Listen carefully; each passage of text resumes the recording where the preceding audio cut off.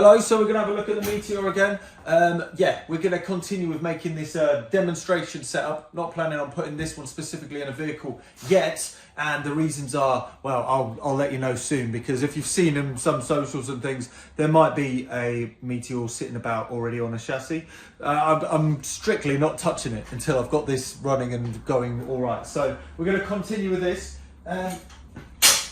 I've already made this. I don't think I did the video on it, but this is basically a frame for a bit of aluminium. Ooh.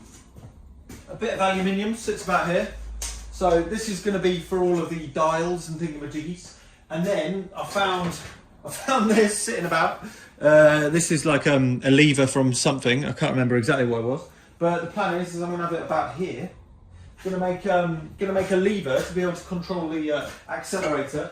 So I kind of want to have the accelerator lever sitting about here. It's very similar to Jamie's setup. That's what I'm doing it like, even though his is a bit shorter because it hasn't got a big old tank right here. So it's not the and this is the throttle linkage. So we need to go somehow from here over to here. So what we need to do is work something out.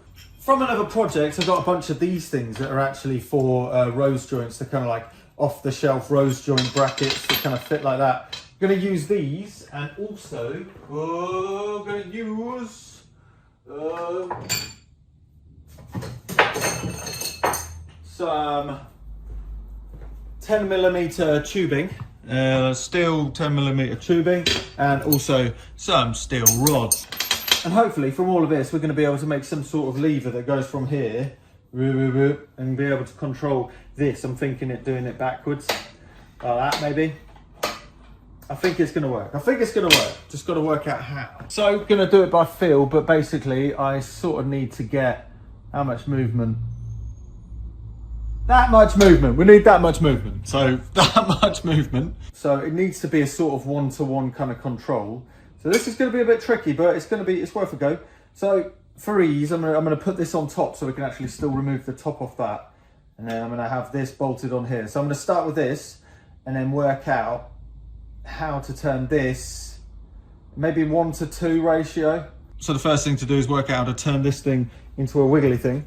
I'm literally just going to take some of this off, weld it onto the bottom of it like that, and then also weld some more of this halfway up here to be able to act as a bit of a linkeraboo. First things first, let's pump this into here, like that. Something like that. And then pop that one on there. Push it down a bit. Right, so now we're going to put, that's going to go like that. Need to put one about here. I'm going to eyeball it. Pure eyeball.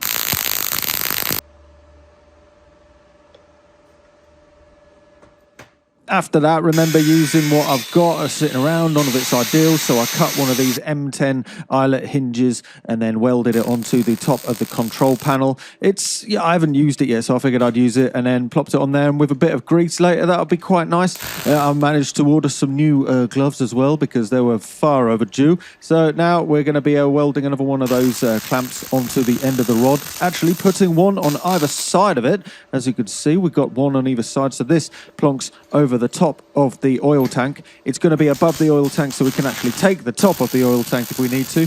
Then I'm going to weld another one to the actual oil tank since it's there. Then I put an M10 threaded insert on the end of this rod and then kind of turned it down quickly. It was slightly wonky, but it's not a definite requirement for this to spin around, so just pretend it isn't that wonky. And then we're going to put a rose joint on there, which technically isn't needed, but I've got it sitting there, so let's add a bit more articulation, why not? And then I kind of felt around and wiggled around until the lever sort of made sense. I didn't do any measurements, so I was just doing it all by feel, but I figured it worked best around there. So I'm just sort of figuring out where to weld a bit of tubing to act as the lever point, and then I did it all off camera, as you can see. No, I forgot I was filming, and yeah, and then I chose to commit and pop it there. So it's looking all right. And then we're going to plop it all together and give it a bit of a test it. And then let's try to figure out where I'm going to cut the end of this rod to be able to connect it to that dangling bit of linkage. And somehow I didn't film it and it's already done. And listen to that little squeakiness. Need to do a little bit of oil here and there. Anyway, after that was done, I decided to use the opportunity to clean out these water manifolds. So this is a Centurion tank engine chassis mount. It holds the engine in, but it also holds water in it. So it's a water manifold as well. So I had to clean that all out. And then I made these little kind of like baskets for the side of it for the batteries. Remember, I cheaped out on the batteries and just bought 4 lower capacity ones than buying 2 higher capacity ones. It worked out cheaper in the long run, but now I've got more batteries to hang on. So I just welded these 2 baskets to the side of the frame, and it seems quite nice. I'm going to add a cover over the top of these later at a later date, but not right now. Anyway, now I've painted it all and I've popped some grease on it. We're going to plop it together, and yeah, hopefully it's going to work out. There's a nice middle ground between too firm and not firm enough with the Nylox, and it fits quite well. I think this is going to be a nice, easy solution with bits I had sitting around. You know, it's not perfect. It's a bit of a bodge job, but you know, we're not relying on it flying to the moon or anything. We're not driving it really fast around a race course yet. But you know, I mean, it might become a lawnmower. That'd be cool. No idea what the leverage ratios are around here, but they're somewhere in the realm of 1 to 2, maybe-ish. Look at this, managed to make use of one of the Eurovision tables. As you can see, the legs are a bit short, so I just welded some extra bits on it. Shoved a bit of stainless steel on top. Got ourselves a workbench. But yeah, this is the throttle linkage, and I know it's not the most interesting thing, not the most interesting video, but it was a necessary step regardless to the Meteor engine powered, I don't know whether it's going to be a smoothie maker or a baby, not a baby shaker. What's the baby lullaby, the baby seat thingamajiggies, you know, the baby seat thingamajiggies, you know what I mean. Anyway, yeah, that it's there anyway. So on to the next bit, which I think is going to be the dashboard, and then the cooling, and then finally we could get rumbling. Ooh.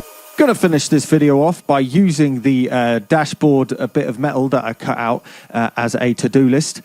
So this is me writing all the bits to do, except for the radiator, which is another part, but you'll see there's the dashboard, I've got some rocker covers, I've got a bunch of water things to do, but that'll all be in the next video. So for now, I'm going to plonk this onto where the dashboard is supposed to go, and then ultimately forget it all, but it looks nice for now. So now you know what I need to do, and then I'll see you in the next video. Toodaloo-doo.